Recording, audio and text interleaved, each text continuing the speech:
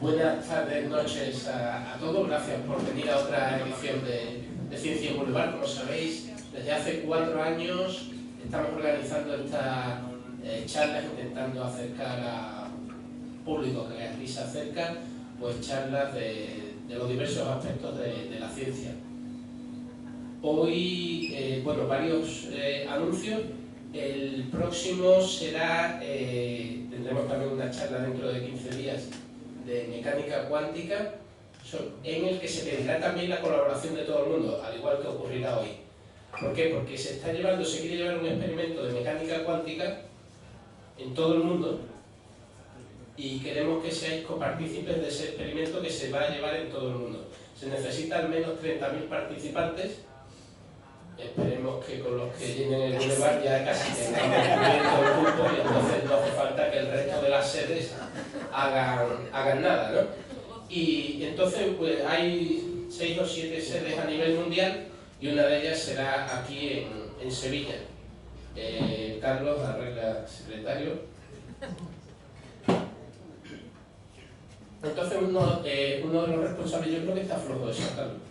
Uno de los responsables del experimento del Big Bell experimento pues es de aquí de Sevilla y entonces él vendrá a contarnos dicho experimento y nos pedirá, supongo, pues la participación de todos. La participación, aunque sea una cosa de mecánica cuántica, es muy sencillo, solo sabrá que podréis participar todos aquellos que sepáis lanzar una moneda al aire.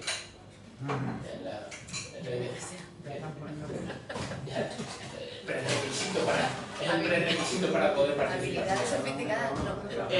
Otra cosa, en los pasados Ciencia en Boulevard anunciamos que en cada charla de esta yo iba a proponer un reto y que íbamos a resolver el reto después de reto de características más o menos de lógica, matemática y tal, y reto que casi siempre adivina cierta Bari. Y entonces, hoy aprovechando que él iba a venir seguro, pues no me he preparado reto. No es cierto, sí tengo preparado un reto, pero hemos pensado que dado el carácter de la charla y dado que él va a poner un reto al final de la charla, pues ese será el reto de hoy, ¿de acuerdo?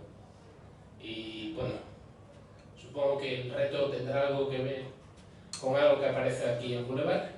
Y nada, presento un poco a Bari, aunque ya no hace mucho este año, incluso sí. Fue su charla anterior. Bari trabaja, hace el doctorado en la Estación Biológica de Doñana y al margen de ser licenciado en biología, casi doctor en biología y demás. Unos años todavía. Eso es cuestión de tiempo, te lo digo todo. A veces de muchísimo. Casi cualquiera puede hacerla, de verdad. Está muy sobrevalorado eso. Que al margen de su faceta investigador, pues tiene otras 2 facetas que se pueden solapar mucho, pero que a mí me gustaría diferenciarlas. Una es la que vamos a ver hoy de divulgador, y entonces pues su charla anterior fue sobre plantas medicinales y los principios activos de las plantas medicinales, y fue una charla también interactiva, en algún sentido, y hoy vamos a ver esa faceta, hablándonos del arte como herramienta científica, una de las vías de comunicación del arte, porque también existe la comunicación a la inversa, pero no se va a centrar en la charla de esa hoy. Y la otra faceta suya es, digamos, como azote de azotes de magufos en internet. No sé dónde los encuentra, pero os sugiero que busquéis. Eso es falso. Entonces, un día que estéis muy aburridos, os sugiero que entréis en su cuenta de Twitter, @Bari con Y y V, Ingüeñon. Bueno,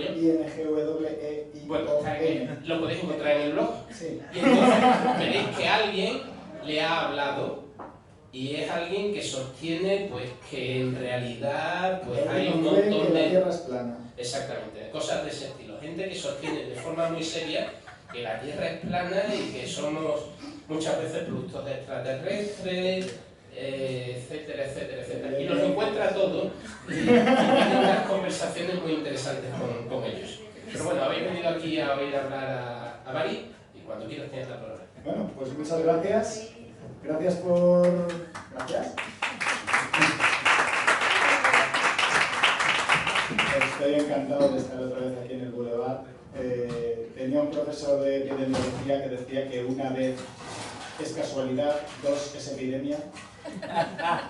Así que, a ver qué pasa. Bueno. Trataremos de corregir. Bueno, yo os voy a hablar del arte como herramienta científica, pero antes de hablar del arte como herramienta científica podemos intentar visualizar un poco qué es el arte, qué es la ciencia y qué relaciones hay entre el arte y la ciencia. Bueno, supongo que todos sabéis lo que es la ciencia, es ese método que empleamos para descubrir o acercarnos lo máximo posible al descubrimiento del mundo real, del universo que nos rodea, ¿no? Una forma de definir ciencia bastante discutible, pero bueno, no me voy a meter en ello. Y el arte sería ese tipo de expresión humana principalmente, bueno, hay discusión también al respecto, pero bueno, eminentemente humana, que nos muestra de algún modo emociones, sentimientos, nos despiertan de diverso tipo de emociones, ¿no? En general se suelen clasificar las artes, bueno, hay 10.000 millones de clasificaciones de arte, pero hace unos días una compañera mía monologuista, Miriam Gatto, a la cual mando un saludo, colocó esta preciosa lista de arte y me pareció una lista bastante interesante para tomar, ¿vale? Ella preguntaba que por qué el teatro y el cine son masculinos, si el resto son todas femeninas. ¿Qué sentido tiene que haya dos masculinos? Pero bueno. Es cierto, pero bueno, me pareció una lista bastante curiosa, sobre todo porque cogía las artes clásicas, el cine, que es como ese arte rompedor, ¿no? El séptimo arte.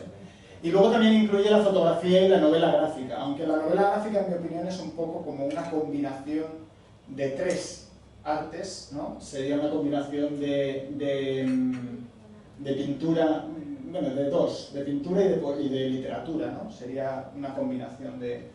Pero bueno, ella lo incluyó como un noveno arte. Desde luego, yo veo cuatro tipos de interacción entre el arte y la ciencia. Desde luego, la ciencia ha generado nuevas formas de expresión artística. Descubrimientos de nuevos materiales nos permiten pintar mejores cuadros, porque los pigmentos son mejores, porque el lienzo tiene mayor calidad. Descubrimientos tecnológicos nos permiten incluso inventar nuevas artes como el cine o la fotografía, que antes de las películas fotográficas eran imposibles. Está claro que la ciencia genera un avance en el arte. También es cierto que hay expresiones artísticas que han, digamos, de algún modo inspirado a los científicos a realizar ciencia. Se me ocurre, hablando de nuevo del cine, bueno, en este caso sería televisión, pero a efectos sería equivalente, ¿no? Se me ocurre Star Trek. Star Trek, en 1966 al 69, había puertas automáticas, había manos libres, había iPads, había tablets. Son cosas que no existían en aquel momento y hoy están a la orden del día. Las podemos encontrar las tres en cualquier centro comercial. Luego ya las interacciones más íntimas, ¿no? Utilizar la ciencia como herramienta para el arte, o utilizar el arte como herramienta para la ciencia, que es en lo que nos vamos a centrar. El primer caso es, pues, no sé, a lo mejor los cuadros de Dalí, aquellos con las proporciones, esa proporción áurea, utilizar números complejos. Bueno, de eso mejor que hable un matemático otro día, ¿no? O una matemática. O una matemática. Yo me voy a centrar, como indicaba el título, en la otra parte, en utilizar el arte como herramienta científica. Y me voy a centrar en tres artes concretos, porque son los más claros y los más evidentes, aunque si nos ponemos a jugar encontramos más ejemplos. Bueno, en realidad hay cuatro que son muy evidentes, pero la literatura me la voy a saltar porque es demasiado obvia. Al fin y al cabo, la ciencia, o sea, un científico es un escritor, ¿vale? Al fin y al cabo. Pero bueno, yo me voy a centrar sobre todo en la escultura y la pintura como artes clásicas y en la fotografía, pues por algún motivo obvio. Y bueno, para ello yo podría pensar que una de las primeras expresiones artísticas quizás sean las pinturas rupestres. Y estas ya tienen un valor protocientífico, ¿vale? No había una ciencia como tal todavía desarrollada, pero bueno, ellos utilizaban un método que se asemejaba bastante al método científico y luego representaban aquello que habían observado, en este caso pues, un bisonte o escenas de caza.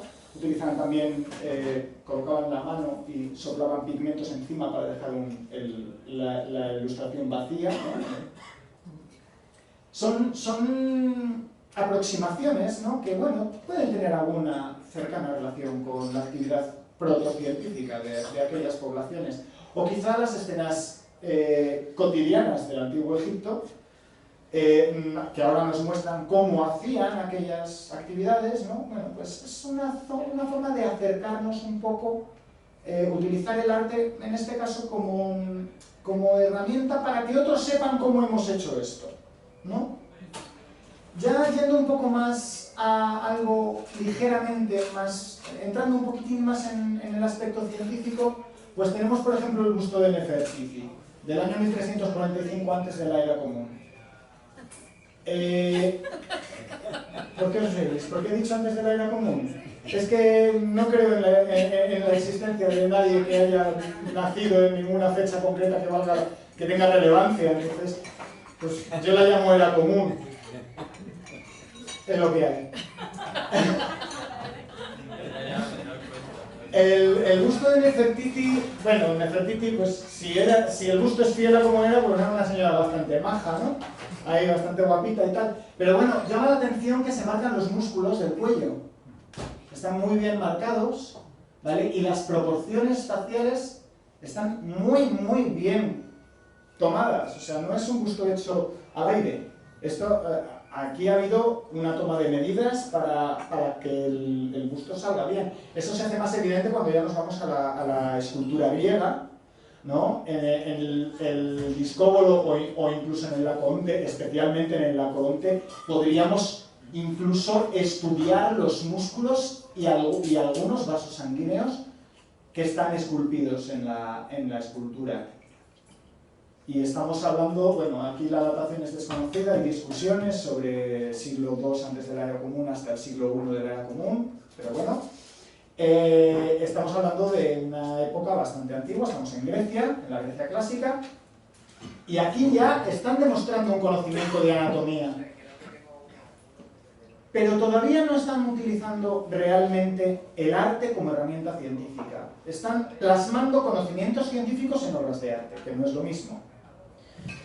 En mi opinión, una de las primeras de los primeros usos del arte como herramienta científica viene con las obras botánicas. Aquí he mostrado tres, la primera de ellas es del siglo XII. Aquí ya estamos usando obras de arte, que son ilustraciones de plantas, con un fin científico, que es identificar la planta. Necesitamos saber qué planta es, porque estos son obras médicas. Aquí utilizaban plantas medicinales para tratar las diversas dolencias. Y necesitan saber qué planta es exactamente. Si confundo un perejil con una cicuta, pues la lío. Entonces, tengo que dejar muy claro cuál es el perejil y cuál es la cicuta.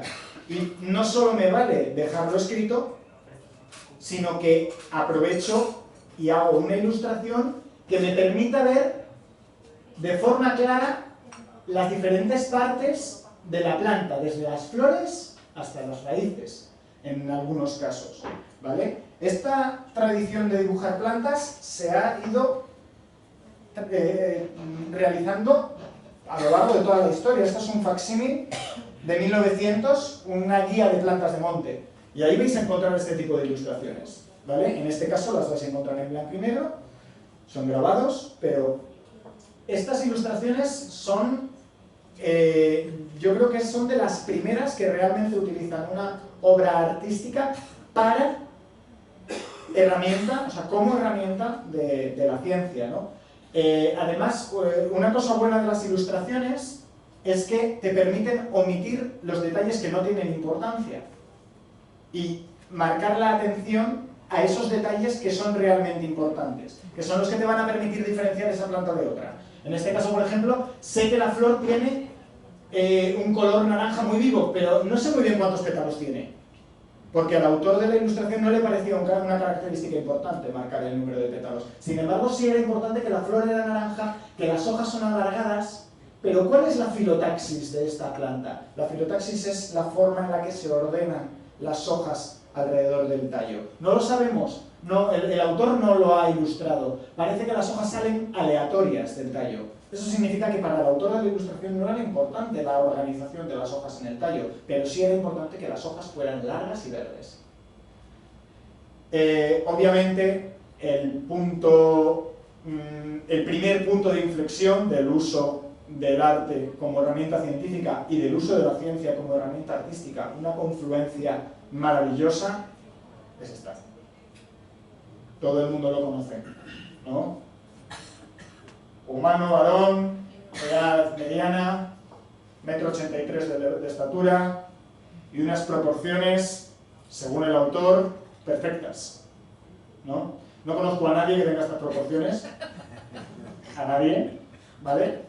Pero bueno, parece, o sea, cualquiera diría que es el imago de cualquier Homo sapiens medio, ¿no?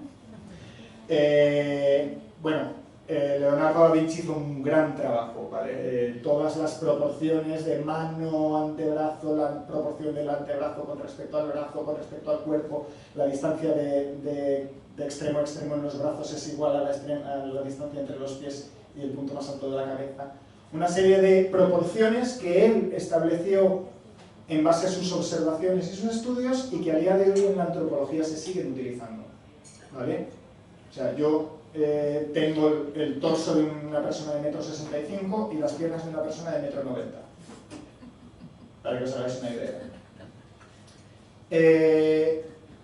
Avanzando un poco más, nos encontramos con más obras. Aquí ya empieza a generalizarse eso de hacer ilustraciones para captar la atención del científico y para identificar y para mostrar. Eso se empieza a generalizar. Este libro, que probablemente sea uno de los libros que más odian los físicos, ¿vale? El Historia Piscium, porque, bueno, este libro lo editó la Royal Society unos años antes de que Isaac Newton escribiera el Principia Matemática. Es el libro donde descubre e inventa un montón de cosas, incluidas pues, desde el cálculo diferencial hasta la ley de la gravitación universal. Bueno, pues aquella obra resulta que cuando se presentó la oportunidad y tal, la Royal Society no tenía un duro para publicar el libro, porque unos años antes habían editado el Historia Piscium, que es una obra maravillosa de peces, es un poco más que un catálogo de peces, pero es precioso, las ilustraciones son, bueno, estáis viendo una de ellas, de nuevo marcando las características diferenciales, pues tenemos dos espinas de la aleta que están separadas y luego 4 que están juntas, luego tenemos la segunda aleta que tiene tantas espinas, o sea, marcando el detalle diferencial, pues los puntos, tal, la forma del ojo, y lo que no importe tanto, lo olvida, para diferenciar muy bien al tema. Bueno, el caso es que la Royal Society se gastó todo su presupuesto en hacer este libro y luego se vendió muy mal. Se vendió tan mal que al final el pobre Halley, el del cometa, que no descubrió el cometa, solo predijo su órbita, pero descubrió muchísimas otras cosas a cambio, gran científico, él puso de su bolsillo gran parte de la financiación para publicar el Principia Matemática de Newton, porque era un libro que tenía que ver la luz, y la Royal Society le pagaba el sueldo a Halley con ejemplares de este libro. O sea, a tal punto, ¿vale? Hoy día este libro una primera edición de este libro no lo encontráis por menos de 200.000 euros hoy en día. Lo sé porque lo he buscado. O sea, no os pensé yo aquí que... Y bueno, por supuesto, uno que hay que mencionar es a Linneo, un señor que se dedicó a catalogar todo lo que veía.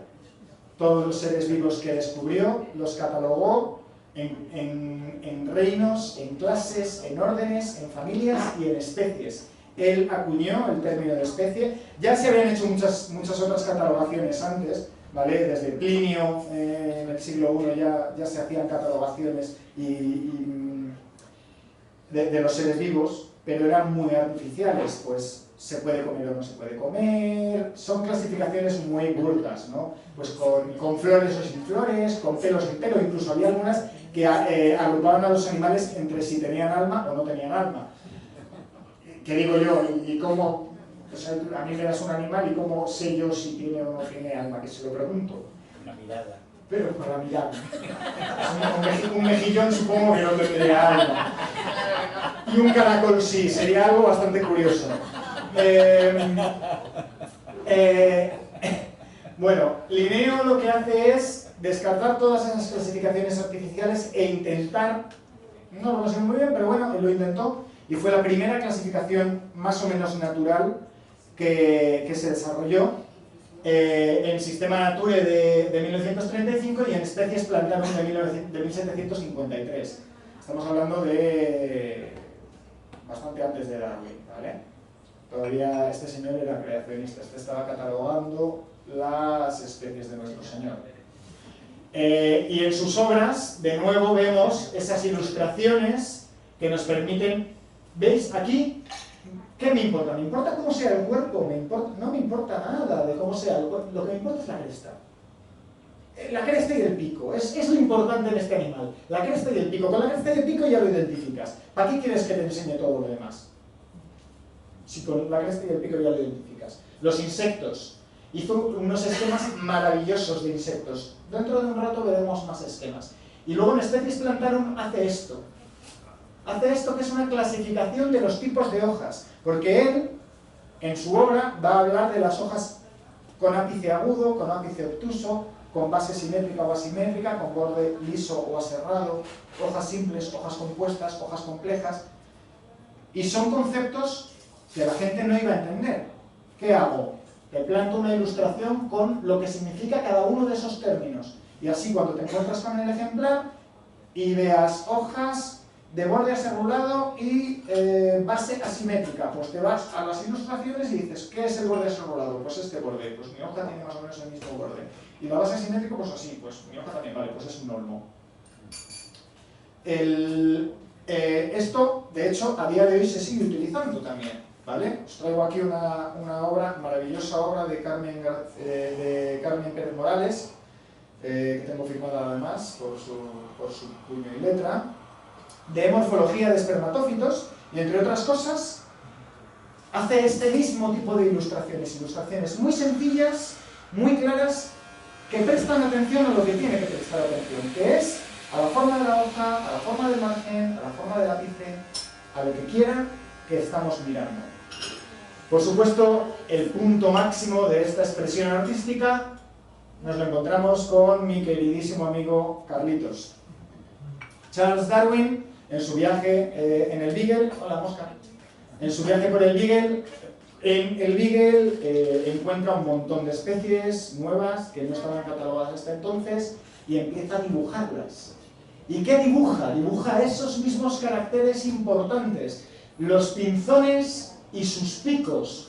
Esta ilustración de los picos de los pinzones fue lo que le dio la primera idea para desarrollar, aparte de todo lo que había leído antes, obviamente, pero fue estos picos de los pinzones los que le dio la idea de qué especializaciones, para qué servía cada uno de los picos y cómo habían llegado a desarrollarse de ese modo cada uno de los picos. Y de ahí es de donde empezó a nacer esa teoría que a día de hoy es probablemente una de las teorías más completas que tenemos y sin la cual no tendríamos antibióticos, no tendríamos mejora genética, no tendríamos vacunas, no tendríamos prácticamente nada de la medicina moderna, no hubiéramos tenido ningún avance en agricultura o en ganadería, estaríamos viviendo como se vivía en el siglo XIX. ¿Vale? Nada tiene sentido en biología si no es a la luz de la evolución, decía aquel. Lo mismo para sus ilustraciones de los monos para su obra El origen del hombre, de 1880, mismo autor. Y otra cosa, un simple esquema de Charles Darwin dio lugar a toda una rama de la ciencia.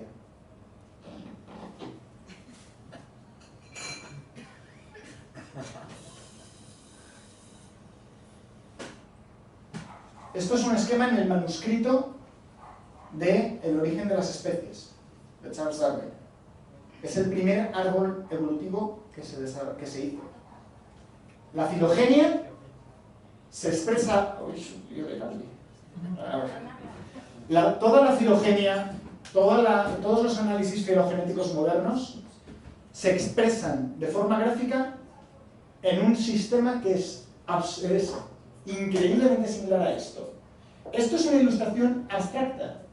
No está representando algo físico real que puedes ver y tocar. Está representando un proceso natural que transcurre a lo largo del tiempo.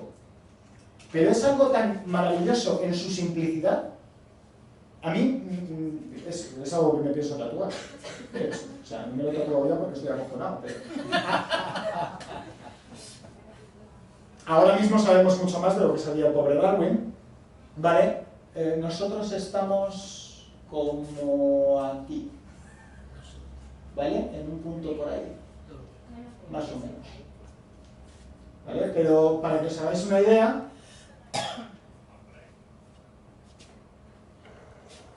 que de una especie salen varias, las cuales a la vez de una especie salen varias, las cuales a la vez de una especie salen varias. Exactamente aquí. De una especie me salen varias, de esta me salen varias, de esta me salen varias. Es simple y hermoso, ¿vale? Es una idea muy simple, muy sencilla, muy fácil de entender, que a partir de la cual se ha desarrollado toda una rama entera de la ciencia. Es maravilloso. Más ilustraciones. Los paleontólogos del siglo XIX.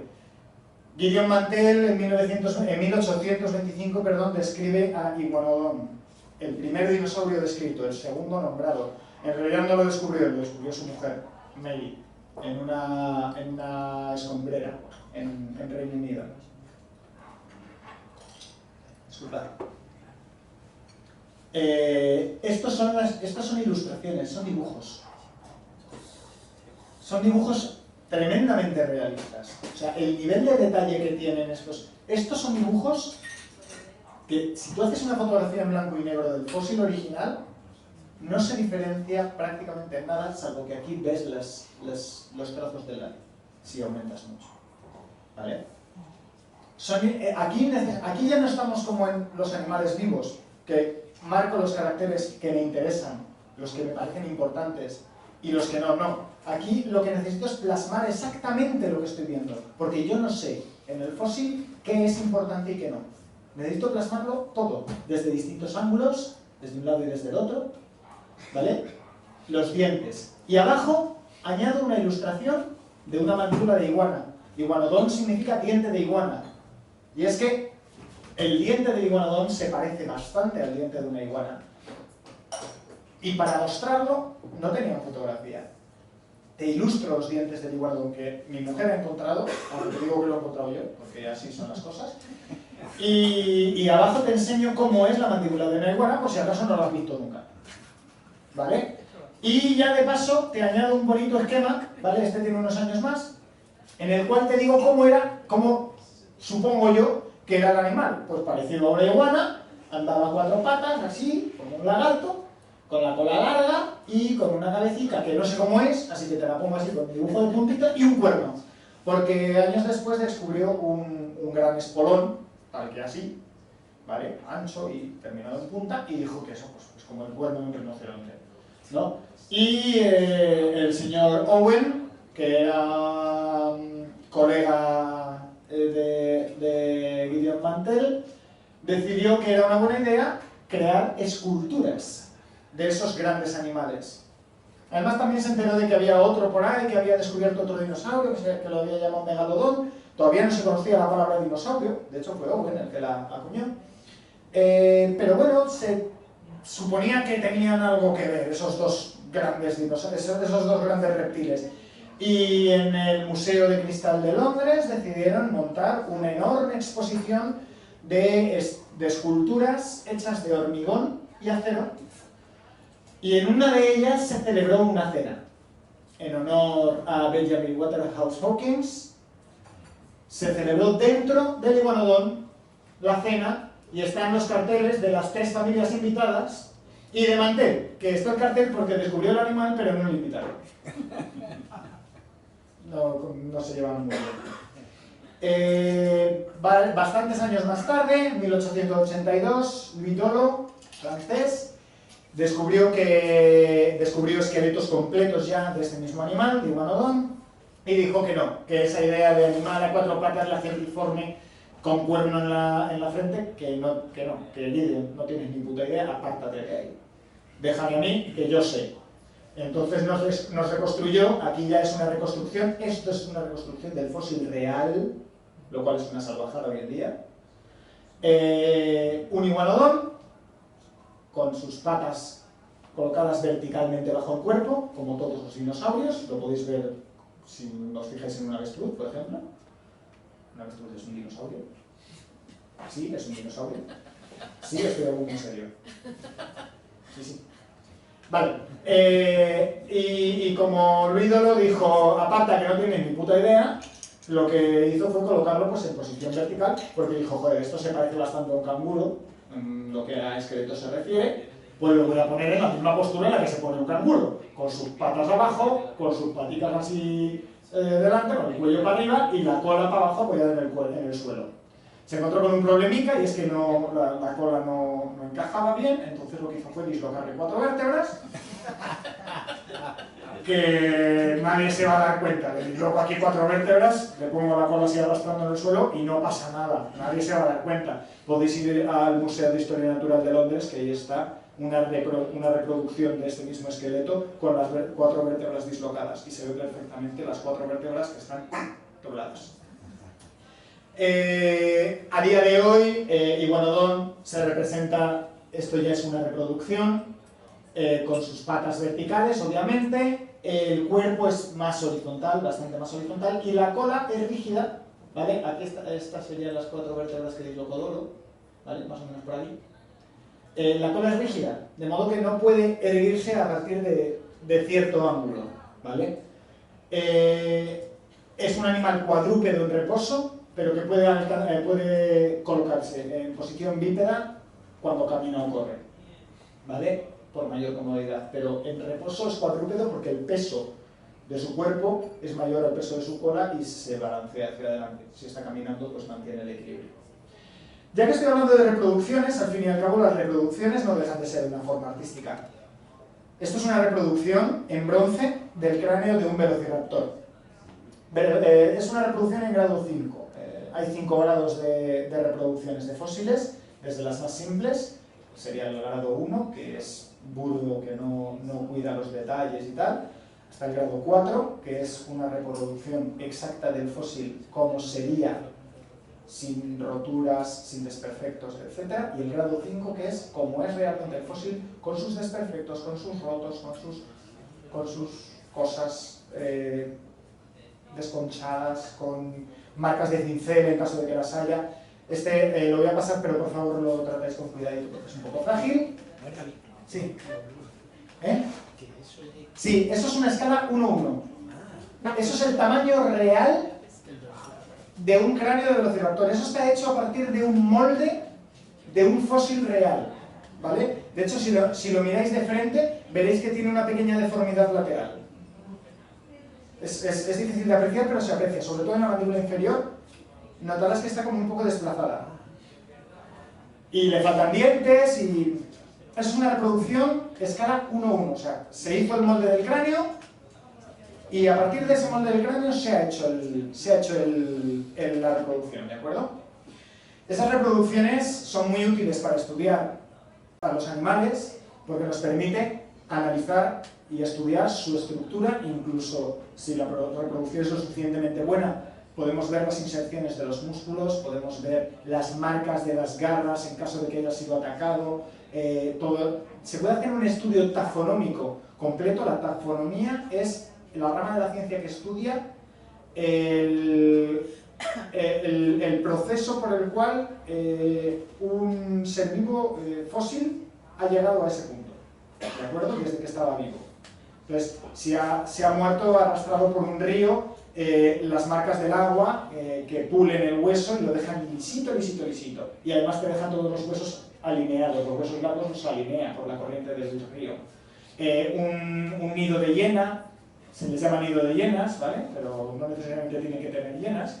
Generalmente son yacimientos de animales herbívoros que aparecen los huesos de distintas especies herbívoras amontonados, rotos, mordidos por los depredadores, etc. O una trampa natural como la que tenemos en Cerro de los Batallones en Madrid, que normalmente viene mucho carnívoro y muy poco herbívoro, porque el herbívoro cae accidentalmente y el carnívoro entra a comerse los que se han caído, ¿vale? Entonces, y todo eso lo podemos estudiar sin necesidad de degradar el fósil. Si necesitamos mirar el interior del fósil, ya sí nos tenemos que cargar el fósil. Pero si queremos analizar la anatomía, si queremos reconstruir al animal, basta con hacer reproducciones de los huesos y luego pues, montar el puzzle, mirar las inserciones musculares, hacer estudios de biomecánica para ver hasta dónde podía abrir la boca, cuánto podía correr, etc. Y todo eso se puede hacer con reproducciones de los fósiles, ¿de acuerdo? Y hay reproducciones de muchos tipos, o sea, desde utilizar gomas hasta utilizar bronce o incluso reproducciones en 3D con impresoras hoy en día. Hablando también de reproducciones, otro ejemplo es los hormigueros de aluminio. Esto Angel Art los comercializa porque los toma como obras de arte, ¿vale? En realidad es una putada porque te cargas el hormiguero, te lo cargas entero, te lo cargas. Pero también tiene interés científico esto. Es una obra de arte que nos puede dar nos puede servir como herramienta científica, porque ¿cómo analizamos, cómo estudiamos nosotros normalmente un hormiguero? Bueno, pues cogemos dos planchas de vidrio, las ponemos muy juntitas, a 2-3 centímetros, hacemos un acuario finito y muy ancho, muy alto, muy ancho, pero finito, lo llenamos de tierra, ponemos algunas plantas o algunas fuentes de alimentos, ahora también se hace con gel, y ahí metemos una reina y un puñado de obreras y vemos a ver cómo se comportan. El problema es que ahí estamos viendo cómo se comportan en 2D, porque no pueden extender el nido ni hacia un lado ni hacia otro, porque está la barrera de vidrio. ¿Cómo es un hormiguero en 3 dimensiones? Bueno, pues con esto podemos identificarlo. Podemos ver las distintas cámaras, podemos además estudiar qué habría en cada cámara. Hay técnicas para ello. Usando, por ejemplo, en vez de aluminio, usando estaño, puedes tomar las muestras hasta cierta distancia, pero llega un momento que se solidifica, porque se solidifica más pronto, porque su temperatura de fusión es más baja, y ver a ver qué había en cada sala mientras excavas. Hay distintas técnicas, ¿no? Te permite ver la estructura del hormiguero y estudiar así además el comportamiento y ver que además cada especie de hormiga tiene hormigueros completamente distintos. No es para nada similar una hormiga carpintera que una hormiga de fuego que una hormiga roja de campo. Son hormigas completamente distintas y sus hormigueros reflejan también esas diferencias. Y luego, yendo ya a algo más, supongo que esto lo conoceréis, la exposición Human Bodies, estuvo en 2014 dando una vuelta por España. Yo tuve la suerte de verla en Valladolid, no sé si llegó a Sevilla, supongo que sí. esta exposición utilizaba una técnica que se llama plastinación, que no es más que una evolución de las técnicas que se llevan utilizando un montón de tiempo en microscopía. Coger una muestra, eliminar el agua de esa muestra y sustituir el agua por una resina, una parafina, y luego lo que hacemos nosotros es cortarlo en láminas finas, colocarlo en un portada, meterle un colorante, quitarle la parafina, meterle otro solvente. La parafina la usamos solo para fijar y poder cortar bien con el microtomo, porque es que si no se nos desmorona la muestra. Pero aquí en este caso pues sustituyen el agua y los lípidos por resinas plásticas y nos quedan esto que además luego pues puedes cortar, abrir, mover, sacar, meter, colocarlos en distintas posturas dependiendo de la técnica que uses. Hay algunas técnicas que son más rígidas y te dejan la muestra como está, otras que son más flexibles y te permiten manipularla y hacer cosas curiosas. Yo he llegado a ver a alguien jugar con un cerebro humano que botaba.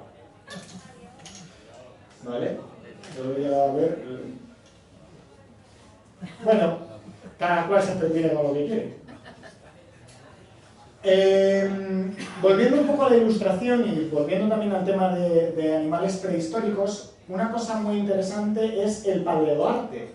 Los paleoartistas, los paleoilustradores, tienen una importancia curiosa en ciencia, y es que yo desde un esqueleto, yo cuando veo un esqueleto no estoy viendo al animal, estoy viendo sus huesos. A partir de ahí yo tengo que imaginar cuáles son las coberturas musculares, dónde están las vísceras y cuánto ocupan, cómo sería la piel de ese animal, qué cobertura tendría la piel, escamas, pelos, plumas. Eso me lo puede hacer un artista que tenga conocimientos suficientes de la anatomía de estos animales, e incluso me lo pueden colocar en su ambiente natural, de una forma más abstracto-artística o más fidedigna, más, digamos, realista, ¿no? Mando también un saludo a Aitor Eraña, que tuvo a bien mandarme la ilustración original para esta presentación, ilustrador vasco, amigo mío.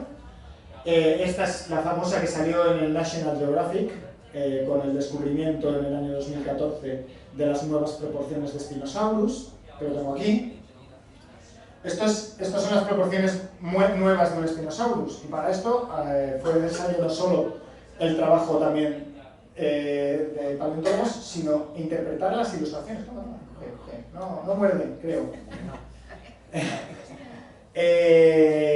Curiosamente, esto tiene una historia muy así, y es que el primer fósil de Spinosaurus que se descubrieron varias partes del animal, fue en 1912, y los restos en Egipto, y los restos se guardaron en el Museo de Historia Natural de Berlín, y esos restos fueron destruidos durante la Segunda Guerra Mundial.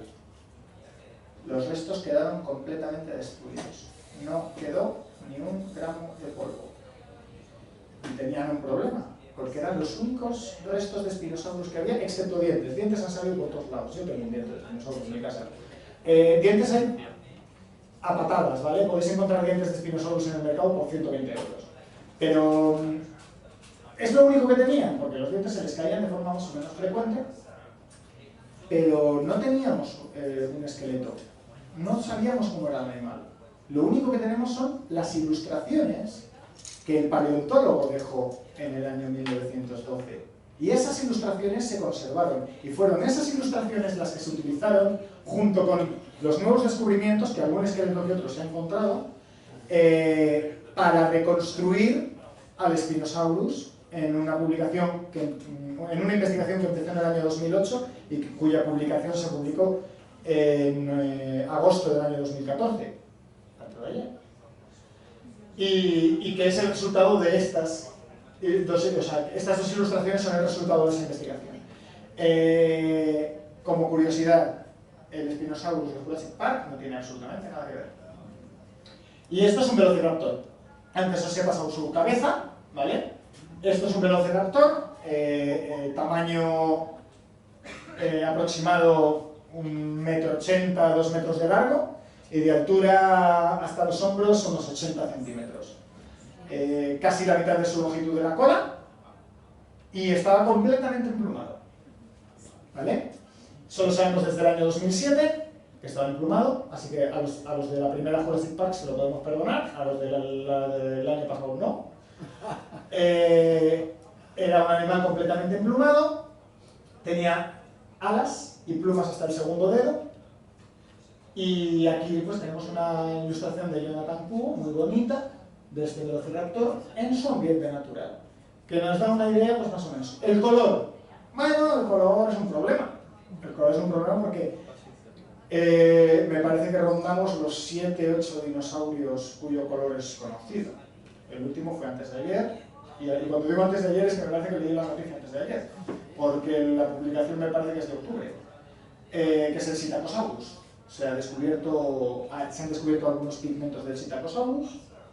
Yo no he leído la publicación, así que no os puedo decir cuál es su calidad metodológica, pero, por ejemplo, sí que he leído la del Microraptor de hace unos años, y esa es bastante correcta. La pigmentación del Microraptor era similar a la de una urraca moderna.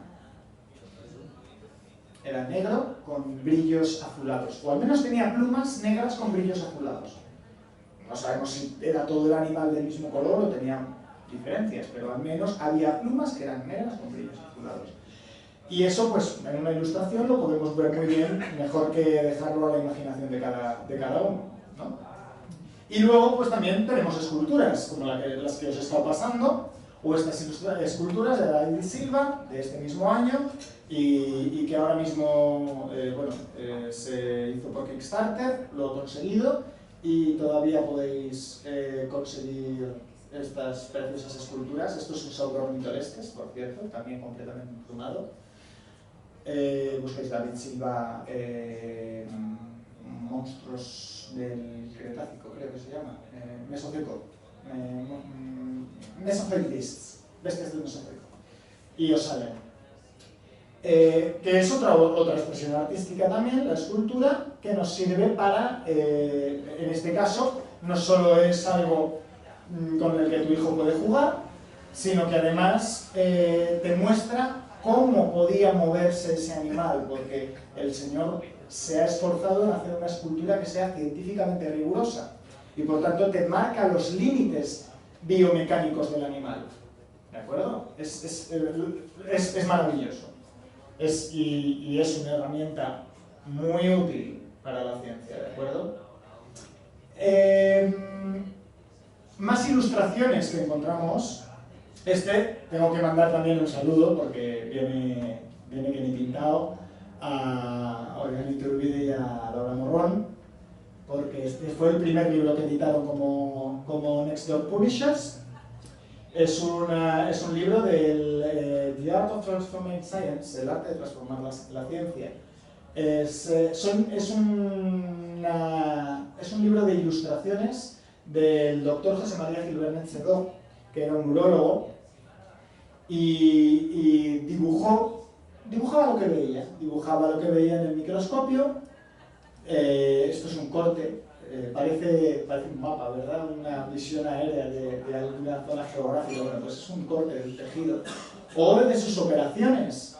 Y estos son ilustraciones, no son fotografías, son dibujos. De nuevo, lo bueno en este caso de las ilustraciones, me permiten marcar la atención a lo que realmente es importante. Pues cómo sujetar los instrumentos para acceder a qué zona, ¿no? O la guía de insectos de Michael Kinnery, guía de insectos que os recomiendo a todos, si sois aficionados a la entomología, una guía que os podéis llevar perfectamente al campo y veis al insecto y va a estar en la guía. Casi con total seguridad está en la guía. Pocos insectos me he encontrado yo que no estén en esta guía. Y, de nuevo, tú haces una foto de un insecto y no sale como salen aquí. Pierden color, están sucios, tienen manchas que no deberían, excepto las mariposas, que son las que conservan patrones de color muy estables y muy uniformes y muy concretos. El resto de insectos suelen variar bastante, ¿no? Entonces, cuando tú ves uno y dices, bueno, pues es verde, tiene aquí pues una mancha, pero es verde, bueno, pues pues sí, y en forma, pues, o que levante la mano quien no conozca estas obras. Los más jóvenes. O sea, Los cuadernos de campo de Félix Rodríguez de la Fuente, con sus ilustraciones. Félix Rodríguez de la Fuente, su equipo, mejor dicho, era muy bueno captando imágenes. Pero había imágenes que son muy difíciles de captar. Un zorro cazando una liebre lo puedes grabar en vídeo, pero si paras el fotograma no ves nada. Está borroso, está en movimiento. ¿Qué haces? Lo dibujas. Lo dibujas. Cómo caza, cómo... las formas, los aspectos, el tamaño de las orejas, todo está muy bien ilustrado, ¿vale? Y eso con los 60 volúmenes que tiene la obra. Pero bueno, yo estoy aquí para hablar de mi libro. Fotografía. Vamos a dar un paso más. Hemos hablado de escultura y hemos hablado de ilustración. Vamos a hablar de fotografía un poco. Fotografía en guías es poco utilizada por la dificultad que entraña. Es más utilizada quizá para álbumes fotográficos de estos, pues, el espacio natural de Doñana, y te muestran unos preciosos paisajes, la fotografía de una cigüeña negra pescando y la fotografía aérea de un montón de flamencos en la marisma, ¿no? Pero en guías se utiliza bastante poco, y esto es más útil, ¿no?, a nivel científico. Una guía es más útil a nivel científico que un simple álbum de fotos, ¿no? Se utiliza mucho en aves porque, bueno, las aves cuando están posadas suelen mantenerse quietas más o menos bien, son más fáciles de fotografiar que otros animales que están más en movimiento. Y se utiliza también en mariposas, por ejemplo. En mariposas se usa mucho. Esto es una idea muy, muy curiosa de las mariposas de la provincia de Valladolid, aunque sirve para toda España, porque aquí, al cabo, las mariposas no van a entender de fronteras políticas. Y la mariposa, lo bueno que tiene es que hay gente que tiene colecciones entomológicas, y ahí sí que la mariposa no se va a mover. La mariposa está ahí, pinchadita en su corcho, con su etiquetita. Y tú haces la foto a la mariposa y a la etiquetita, y te queda ni queda.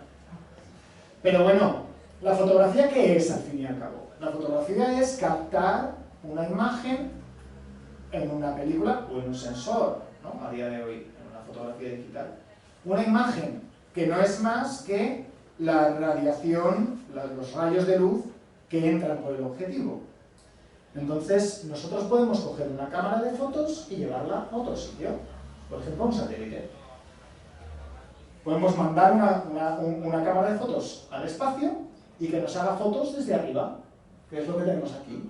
Estos son imágenes del Landsat para el laboratorio SIGINT de detección de la Estación Biológica de Doñana.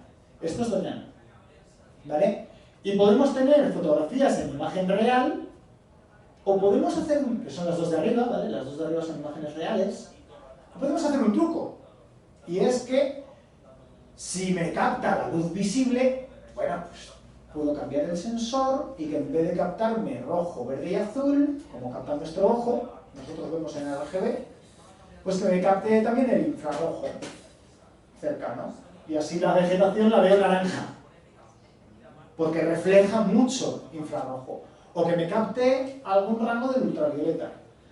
Estrictamente hablando, ¿es fotografía? Bueno, a ver, fotografía no es fotografía, no es foto porque no es luz exactamente, ya no estamos saliendo del rango de la luz.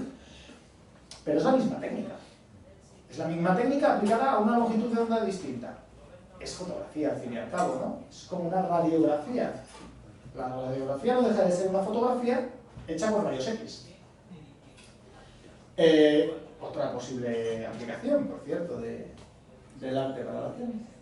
Esta fotografía está tomada en falso color, en espectro del infrarrojo cercano, para diferenciar la zona de marisma que está cubierta por vegetación de la zona que no. ¿Vale? Es la misma que esta, la misma fotografía que esta. ¿Vale? En una zona más cercana, ¿vale? Está más restringido, como podéis ver. O podemos poner nuestra cámara en un dron y mandar el dron para arriba, que se pegan unos vuelos, y hacer unas fotografías desde arriba, desde una altura lo suficientemente alta como para que los animales que estén abajo no se enteren, pero no tan alta como para que no veamos nada. Esto se hace a día de hoy, por ejemplo, para censar aves. Haces un vuelo rápido de un transecto de 2, 3, 5 kilómetros y va tomando una foto. Haciendo fotos secuenciales. Luego con un ordenador, montas las fotos, lo metes por un software de reconocimiento de patrones, que te reconozcan que el puntito blanco que ocupa tantos píxeles significa que es una cigüeña. Estos son cigüeñas, por cierto. Entonces, automáticamente el ordenador va a hacer turr y me va a contar el número de cigüeñas que hay en la foto. Y que sí, que a lo mejor alguna cigüeña se ha movido entre foto y foto y me sale repetida. Bueno, forma parte del error del experimento, pero es un sistema muy curioso de utilizar. Además, la fotografía también es bastante artística. ¿Quién va a decir que no, no? O incluso más. Aquí va a poner también una fotografía, que es la fotografía 51, no sé si alguno la conoce, que es la primera fotografía que se hizo a la molécula del ADN. En realidad es una fotografía de una cromatografía de rayos X. Pero, como Enrique Fernández Borja y Clara Grima han hecho un vídeo, dos vídeos a continuación uno de otro, en el canal de YouTube, pues os mando que lo veáis y ya está. Y así me ahorro contarlo yo, porque es que iba a contar la historia de mi querida Rosalind, pero que es una persona a la que admiro, pero ya lo han contado ellos, así que en vez de repetir, vais al canal de YouTube de los Tres Chanchitos y así os hago publicidad también, ¿has visto? Pero bueno, como decía, podemos mandar las fotos, o sea, la cámara de fotos aún más lejos. Podemos poner la cámara de fotos en un telescopio y hacer fotos a lo que allá, muy para allá, para arriba, ¿vale? Y podemos hacer fotos en el rango visible, pero podemos hacer fotos en el espectro ultravioleta, o podemos hacer fotos en el espectro infrarrojo, o en las ondas de rayos cósmicos, o en los rayos X, o en microondas. Eso de arriba es la foto del universo. No voy a hablar de ella tampoco, porque habló hace 2 semanas Enrique de ella, entonces vais a las charlas del Boulevard y os veis el vídeo de hace 2 semanas, si no estuvisteis aquí, que deberíais haber estado. Pero bueno, esto está hecho con microondas, ¿vale? Está hecho con captación de imágenes de microondas de una forma muy compleja que yo no soy capaz de entender, entonces no me voy a meter. Pero vamos, podemos meter una cámara de fotos en un montón de sitios distintos. También utilizamos la cámara de fotos para ver el interior del cuerpo humano en vivo. Metemos una cámara de fotos por una arteria y podemos ver las válvulas del corazón, por ejemplo, o por una vena. Pero bueno, como digo, yo aquí he venido a hablar de mi libro. Más aplicaciones de las fotografías. Esto es una microscopía electrónica de barrido de 2 granos de polen de Pinus alepensis, Pino alepo. ¿Vale? Esta fotografía es un ejemplo también de una obra de arte, que es una herramienta para la ciencia. ¿Vale? Toda la microscopía que se hace a día de hoy electrónica, tanto de barrido como de transmisión, como de rebote de rayos X, toda esa microscopía es fotográfica.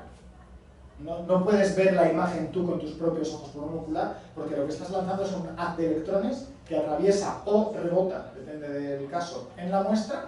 En este caso rebota, en la transmisión atraviesa la muestra, y un sensor que recibe la imagen, que es una imagen de electrones excitando una película. Entonces, esa imagen es la que te muestra el ordenador, porque tú no la puedes ver, necesitas un sensor específico. Y esto es una foto macro, que ya se va acercando un poquito más a lo que tenemos por aquí. Esto es un macro de un hongo de Rhizopus hecho en la superficie de un tomate cherry. ¿Vale? Esto de aquí es la superficie de un tomate cherry. Ese es el punto donde el tomate se une a la rama, el peciolo. ¿Vale? El tomate cherry venía siendo como esto. ¿Vale? Y esto es un hongo que creció en el tomate. Y dije, no me voy a hacer una foto.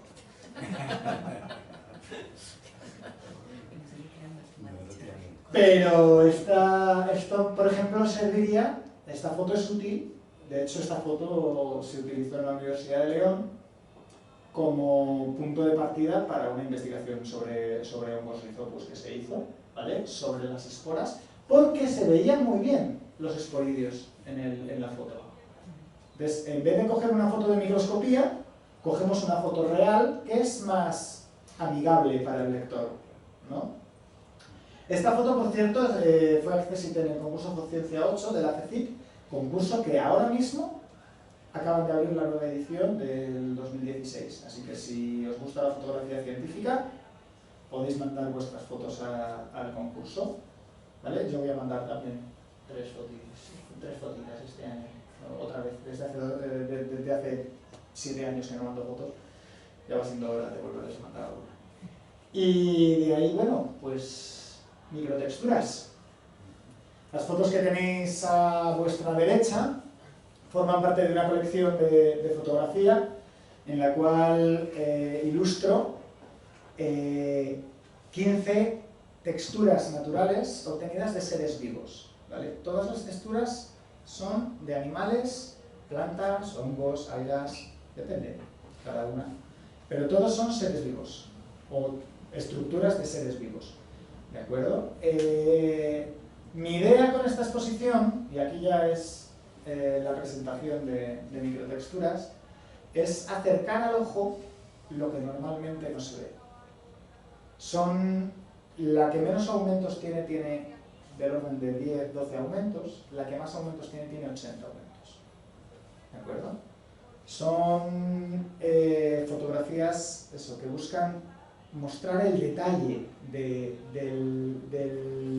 las cosas pequeñas que normalmente pasamos por alto, pero que cuando nos fijamos, coger una lupa y mirar, y de repente ves cosas que son realmente preciosas. Y bueno, es más o menos lo que intento mostrar en esta exposición, ese punto de atención a las cosas que normalmente pasamos por alto, ¿no? Y que realmente son muy bonitas. Normalmente ves una rosa y dices, oh, qué bonita la rosa, tal, pero quitadle un pétalo y mirad la base del pétalo con una lupa. Veréis que también es muy bonito. Y es algo que normalmente no nos hemos parado a pensar. En alguna de estas fotografías incluso se llegan a ver las celdillas de las células vegetales de alguna de las muestras. Y, por supuesto, como ha dicho Alberto al principio, quiero ponerle un reto. Os dais cuenta que las fotos no tienen nombre, tienen un numerito.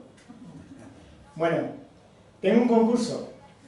Hay 15 láminas, cada una de las 15 fotografías que están a concurso. Al final de la exposición veréis una hoja grande en el cual hay 15 nombres científicos.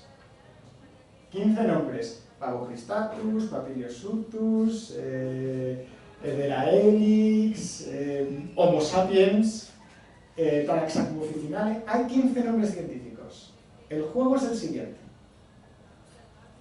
Las 15 primeras personas que escriban correctamente el orden de las 15 fotografías se llevan una lámina gratis. Es decir, el primero que lo haga tiene 15 láminas para elegir. Al segundo le quedan 14. El que llegue el número 15 ya solo le queda una lámina y se queda con esa. Es lo que hay. ¿Vale? El camarero le pondrá un taco con un montón de hojas como esta, ¿vale? En la cual podréis escribir aquí vuestra lista de nombres científicos, vuestra apuesta, ¿vale? Me ponéis vuestro nombre, por eso hay que vayar a bendiciones, no hagáis trampas, ¿vale? Ni mirar en Google. Bueno, si queréis mirar en Google, allá vosotros.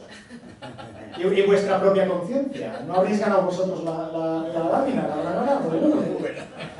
Pero vamos, yo no me voy a interponer en ese caso. Cada uno con su conciencia. Pues bueno, vamos, que no es ilegal mirar Google, ¿vale? No está dentro de las normas de no mirar Google, pero es más bonito si lo intentáis primero. Entonces colocáis aquí los nombres de las 15 fotografías en orden. Pues yo creo que la 1 es Conus literatus, la 2 es Morus alba, y la 3 es, yo qué sé, Plantago lanceolata. Estoy diciendo nombres que no tienen por qué estar en la lista. ¿Vale? Entonces, bueno, pues hasta aquí ya está el reto. Cuando aquí tenéis todo el tiempo que queráis para rellenar, no tenéis que hacerlo ahora. O sea, la exposición aquí va a estar, no sé cuánto tiempo va a estar, pero un mes y medio va a estar aquí la exposición, así que siempre que queden láminas para repartir, pues podéis participar. Bueno, pues muchas gracias por todo.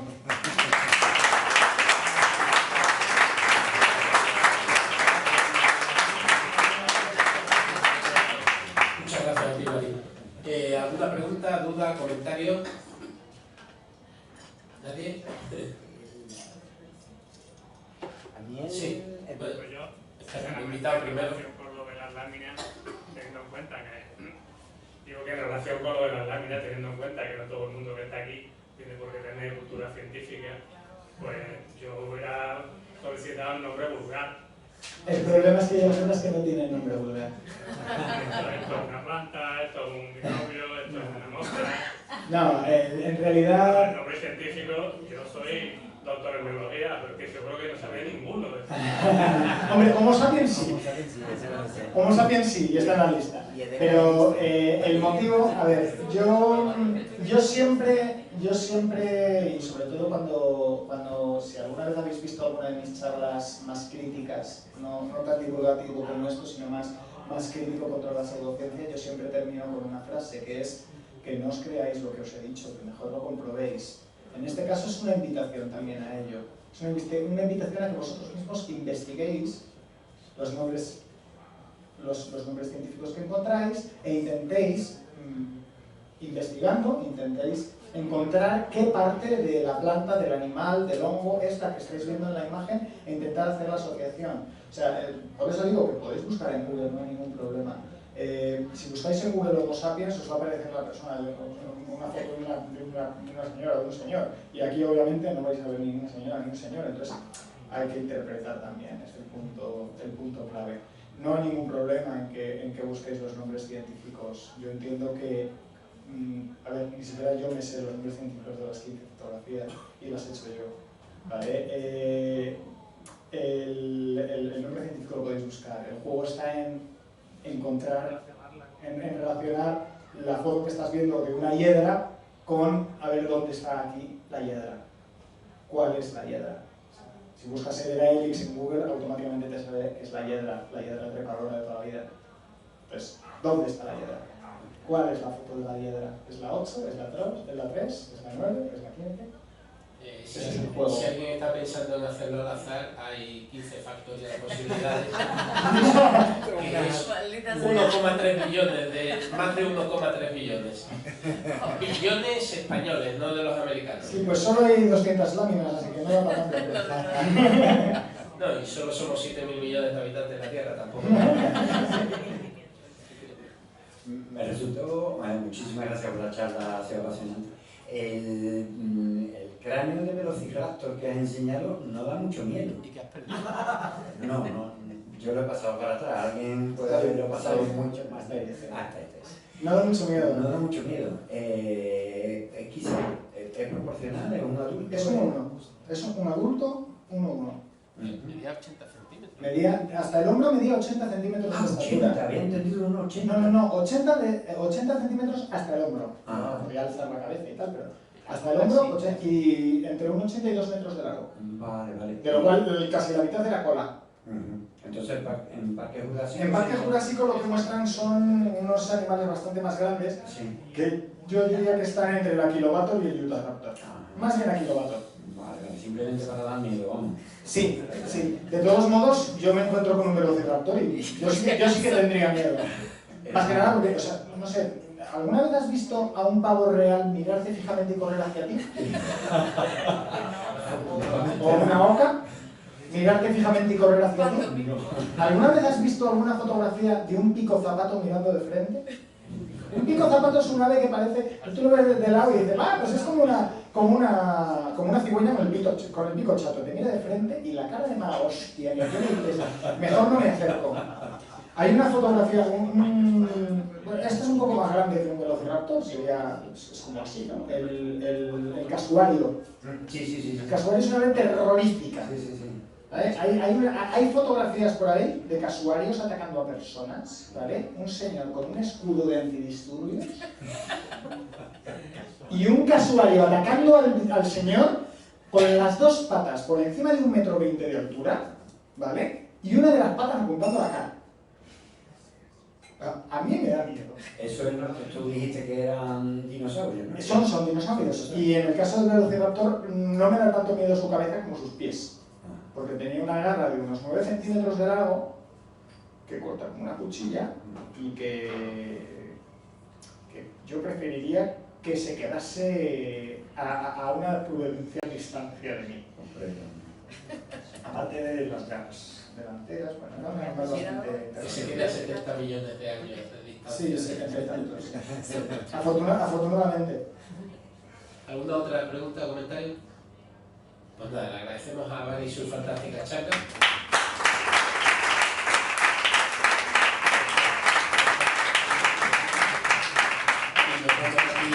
Y nos vemos aquí dentro de 2 miércoles.